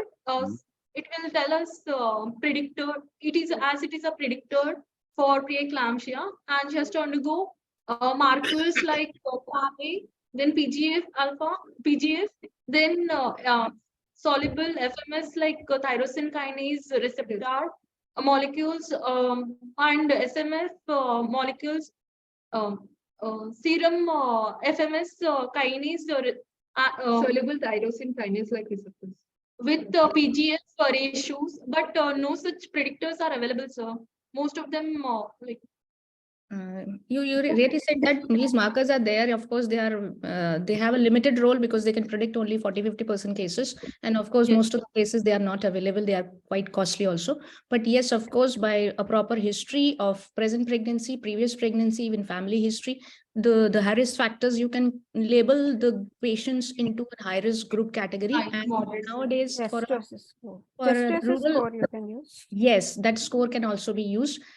Although it takes time, but yes, we have to keep up it in habit so that we can do it fast. And mean arterial pressure, yes, of course, along with Doppler, if it is possible. Otherwise, mean arterial pressure measurement along with the risk factors gives a good tool for the areas where we don't have these kind of. What is mean arterial pressure? Let me ask them. Yes. SPP plus 2/3 of diastolic blood pressure by 3. Systolic blood pressure. Yeah, repeat, please repeat. Systolic blood pressure plus 2/3 of diastolic blood pressure. Okay. Okay. So what is the critical value of systolic blood pressure plus 2 diastolic blood pressure divided by 3 in predicting preeclampsia? Any value?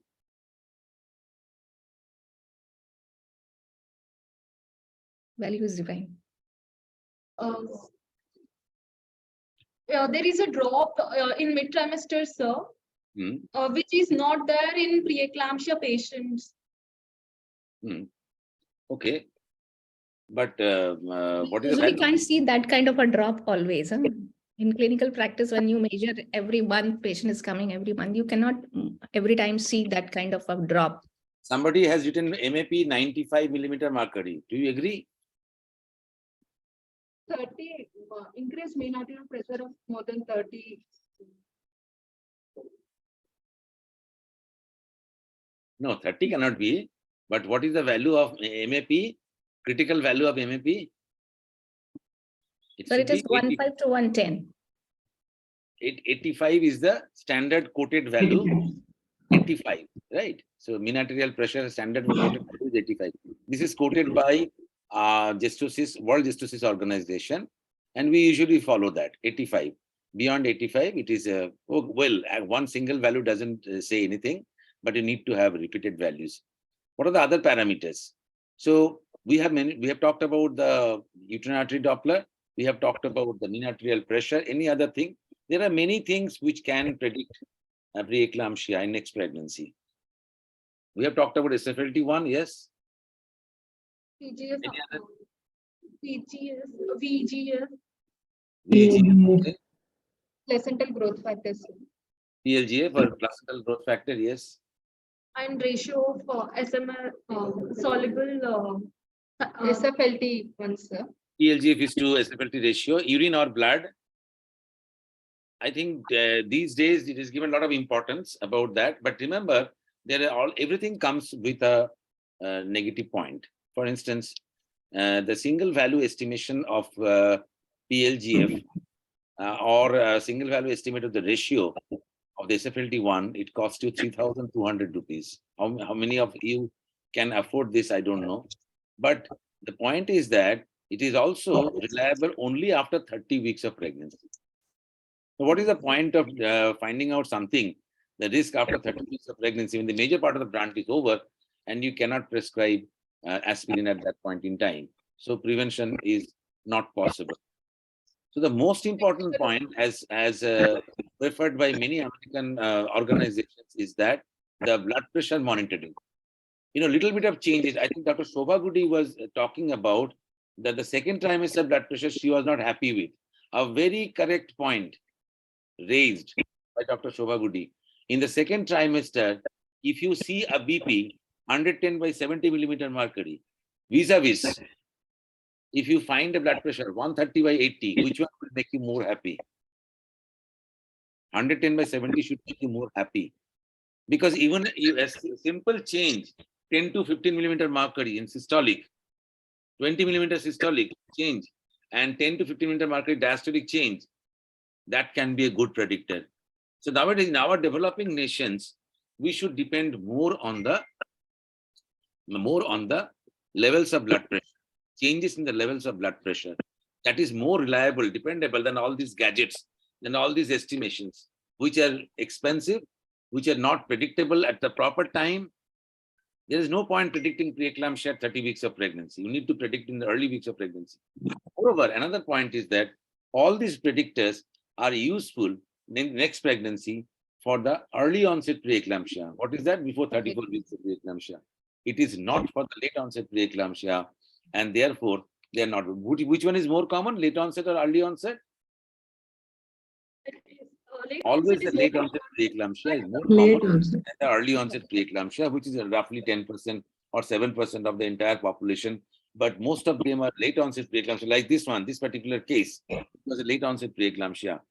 Preventing this becomes a challenge. So I think regular monitoring of the blood pressure is very, very important. And I have an important message here that nowadays the blood pressure is monitored by the oscillometers. That means the electronic meters. So why can't the patient monitor blood pressure at home? That way, you'll be able to take a record of the blood pressure, basal level of blood pressure from early weeks of pregnancy, say 6 weeks, 7 weeks onwards.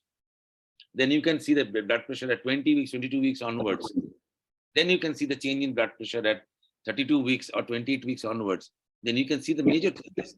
As I said, an increase in the systolic blood pressure of 20 millimeter mercury, whatever the level of blood pressure, or a change in the diastolic blood pressure of 10 millimeter mercury should make you cautious that this patient could be a candidate for late onset preeclampsia after 20 weeks of pregnancy.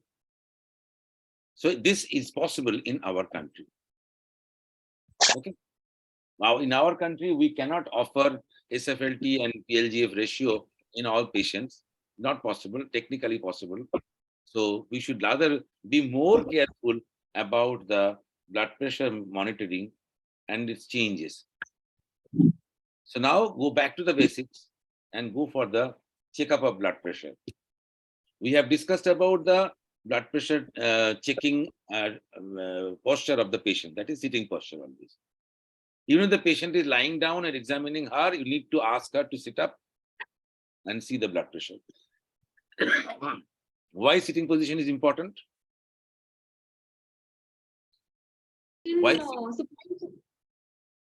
In supine position, supine hypotension is possible, sir. So sitting position. Yes, that's right. Comfortable. Falsely low level of blood pressure. Okay. So why sitting? Because most of the time the patient is sitting, isn't it?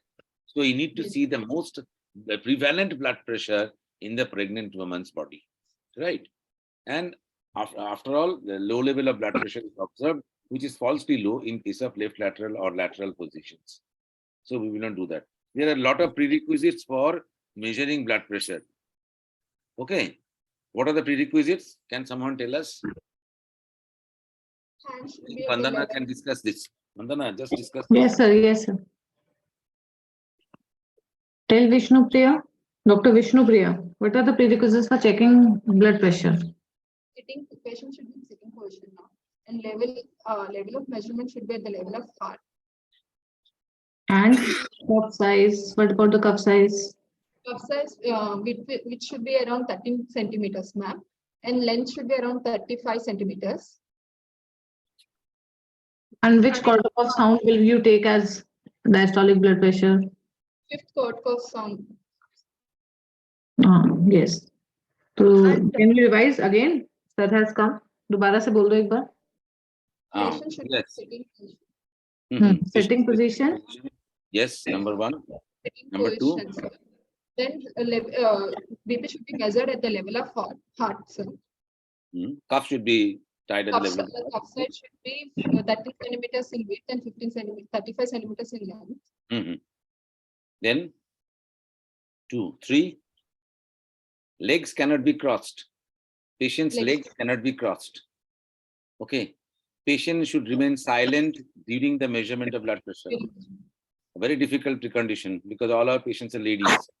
It's very difficult to keep them silent during any procedure. What are the other prerequisites? The bladder should be empty of the patient and also of the doctor. Yes. So these are the prerequisites for, and there should be a quiet environment prevailing in the atmosphere. Now you remember how much quiet situations you observe in your OPD with 500 patients howling over each other, and then you see the blood pressure and you see the hives in the blood pressure. That is why today we are putting more and more importance on the self-monitoring of the blood pressure, SMBP, which is much more reliable because it's the same. There is no technical expertise needed for checking the blood pressure today, because the blood pressure instrument, which needs some technical inputs by a doctor, is a sphygmomanometer. But you cannot use sphygmomanometer today, right? because the Pollution Control Board has strongly prohibited the use of mercury containing equipments, thermometer, sphygmomanometer, you cannot use. So the only equipment we are left with today is the oscillometer or the electronic BP equipment. The patient can also use that. Patient can maintain painstakingly every day. She will maintain the blood pressure. If you ask her to do that, she will do that. Okay. And then you check the blood pressure when she comes to you and see if there is increase or decrease. So that is a good method of monitoring a patient. In a country like ours, developing nation, I think this is a very good concept of following up the patient. And if you see more than 20 and 10 millimeter mercury respectively rise of systolic blood pressure and diastolic blood pressure, you can be careful. And maybe some of the patient may need daycare unit or admission or investigations to find that some of the things are okay or not. So this is a good method of prediction. Okay, I think Dr. Shikha will ask next about the prevention of preeclampsia, prediction and prevention. So how do you prevent preeclampsia in next pregnancy? What are the methods of prevention? Low dose aspirin can be started from 12 weeks of pregnancy, sir. Okay. And continue till 36 weeks of pregnancy. Okay. And frequent follow-up of the patient. Mm. She should be explained about warning signs and regular ANC checkups. And if her BP is maintained, we'll keep her every 2 to 4 weeks follow-up. And So clinical monitoring. Supplementation has calcium supplementation also Yes, yes. has added Yes, and said that it somehow prevents the thing. Second point is, as Madam said, Shikha said, that the calcium supplementation, which is first recommended by WHO in 2011.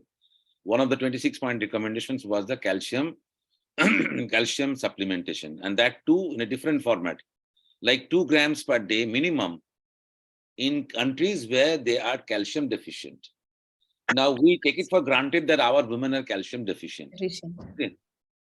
So therefore we recommend 2 grams of calcium per day, strictly after lunch and strictly after dinner, from as early as possible, so 16-20 weeks onwards till delivery. If you can prescribe, then you can perhaps prevent. So this is one of the 2 preventive measures. One is the aspirin, second is the calcium. You must know and you must say in the examination. Now aspirin, about the aspirin, there are many questions. I think we have just 5 minutes time. We'll discuss it through. What is the current dose of aspirin recommendation? Because in this case, perhaps 80 milligram was given. 81 milligrams. 81 milligram. But that is not the currently recommended. What is the current recommendations? Yes. Current recommendation. 150 milligram. Right. 150 milligram is the current recommendation by FIGO, and that should be had at 10 p.m. after dinner. Yes. Okay, not in the morning. Okay, so 150 milligram starting from 12 weeks of pregnancy or as late as 16 weeks of pregnancy, but not beyond that, and then continue till 36 weeks of pregnancy. That is a recommendation of aspirin. Okay, so these I think you should know about before appearing in your exam. And Dr. Raghavendra Lakur, is he available? We will close in 5 minutes. One thing I just want to tell them, sir, they have not taken the consent and informed the attendants about the condition of the patient and the potential complications. Please always take the consent, even consent for induction, cesarean section, and always explain them about the complication. You know, can you elaborate in 2 minutes? What are the, in 1 minute, what are the complications? Complications, yes, very good question. Aapki patient, in your patient, what can be the potential complications? General complications will be like pulmonary edema, Yes. cerebral hemorrhage, Mhm. or cardiovascular press syndrome, stroke, or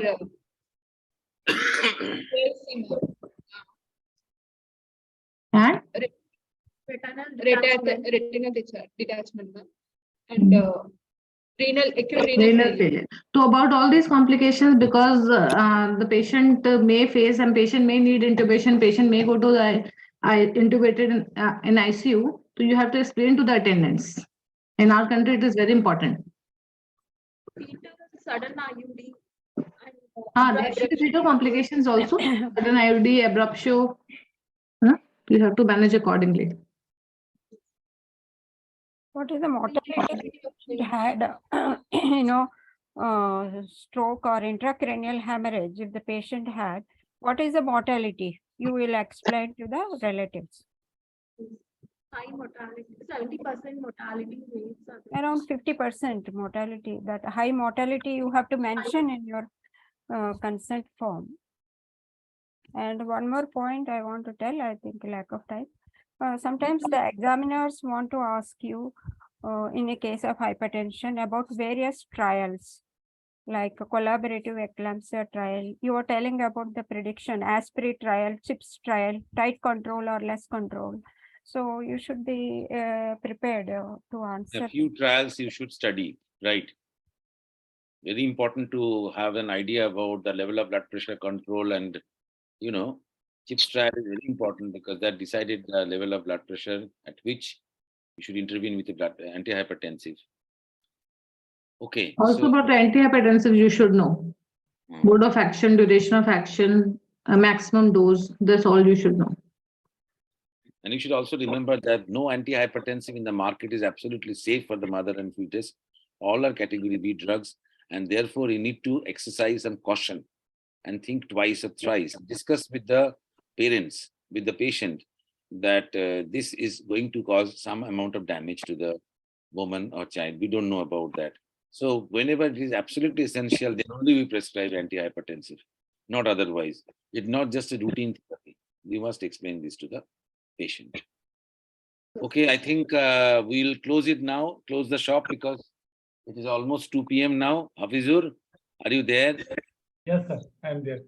Okay, okay. So we will close it now.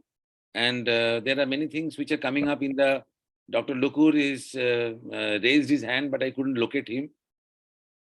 So there are a few questions they have asked. I hope they have been answered. Somebody is asking,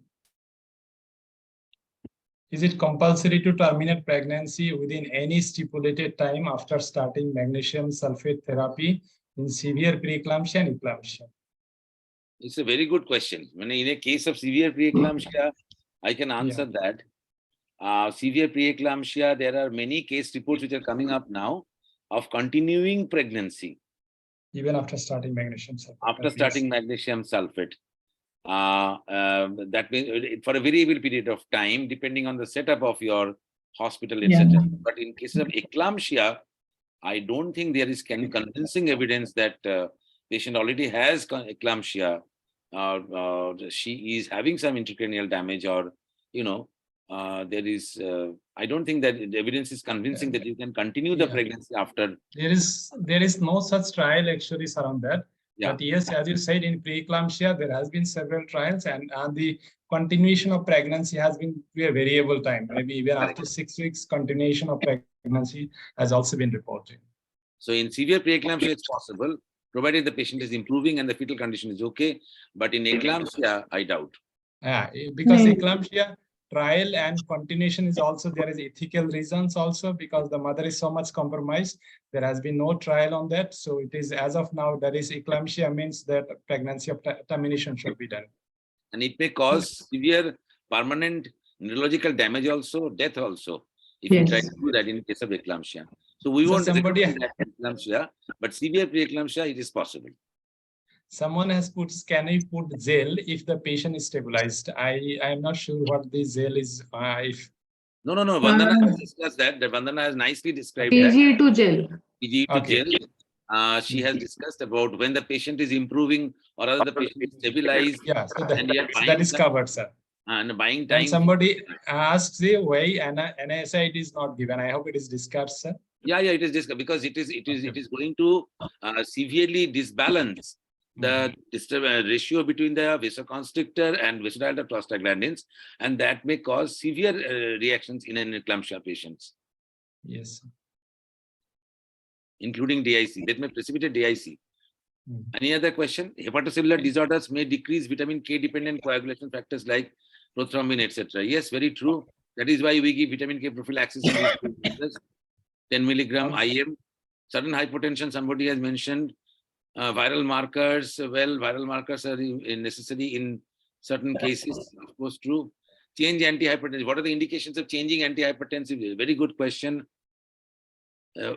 When do you change the labetalol that you have prescribed? May I ask the candidates, please?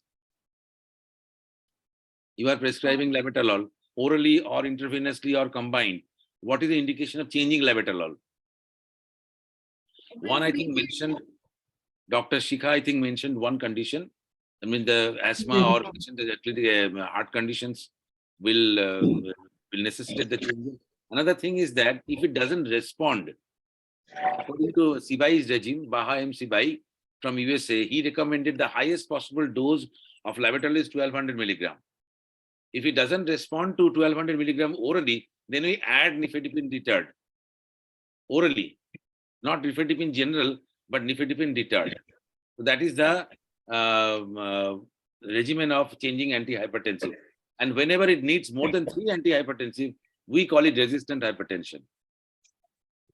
Okay.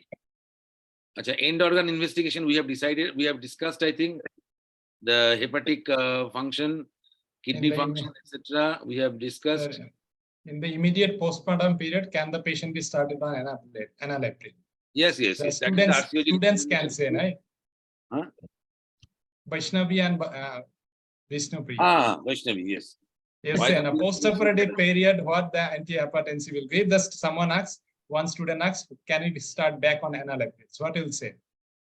We will continue the antihypertensives and anti-epileptic drugs postpartum also. No, enalapril. Somebody specifically told that first patient, she was an antenatal period is enalapril, so they want to start after delivery enalapril. Now, what do you feel? We continue with labetalol or depin retard, sir. So labetalol is twice or thrice daily. Patient compliance may not give it. Why not enalapril?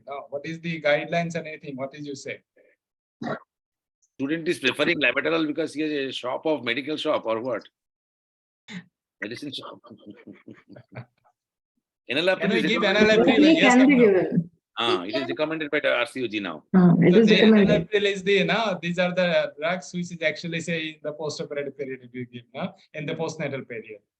What is the ideal antihypertensive in the postpartum period? Again, so do you need to discuss Gestosis score here? Gestosis score is quite long time it will take because we don't have enough time, right? Some other day. Gestosis score is available in the internet also. Aspirin prophylaxis we have discussed, calcium supplementation we have discussed. MAP 95 is wrong, less than 85 is correct, 90 is wrong, 150 milligram is the correct dose of aspirin. Renal shutdown we have discussed. Vision loss, yes, vision loss happens, but it is temporary. It is usually no case of it. Permanent vision loss has been reported, but it returns to not normal, but near normal. HELP syndrome, okay, we can discuss some other day. DIC we have discussed. Thank you so much, we have discussed. Thank you, sir, we have discussed. Asthma we have discussed. And if more Bishopscope we have discussed. Prostaglandin we have discussed. Antihypertension choice in postpartum period just now discussed by Hafizul. So we will now close it. Yes, sir. Thank you, sir. Yes, Thank you very much. So thank you all the students for your participation, and I think all of you have done really good.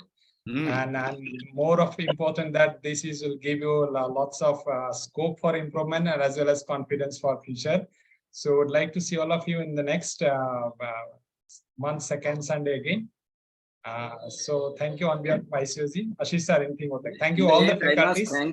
I must thank our faculty members, Dr. Shobha Gudi from Bangalore, Dr. Pranay Fukan from Dibrugarh, Dr. Papa Dasiri from Puducherry, Dr. Shikha from Gorakhpur, and Dr. Vandana from Rohtak. All of you were fantastic.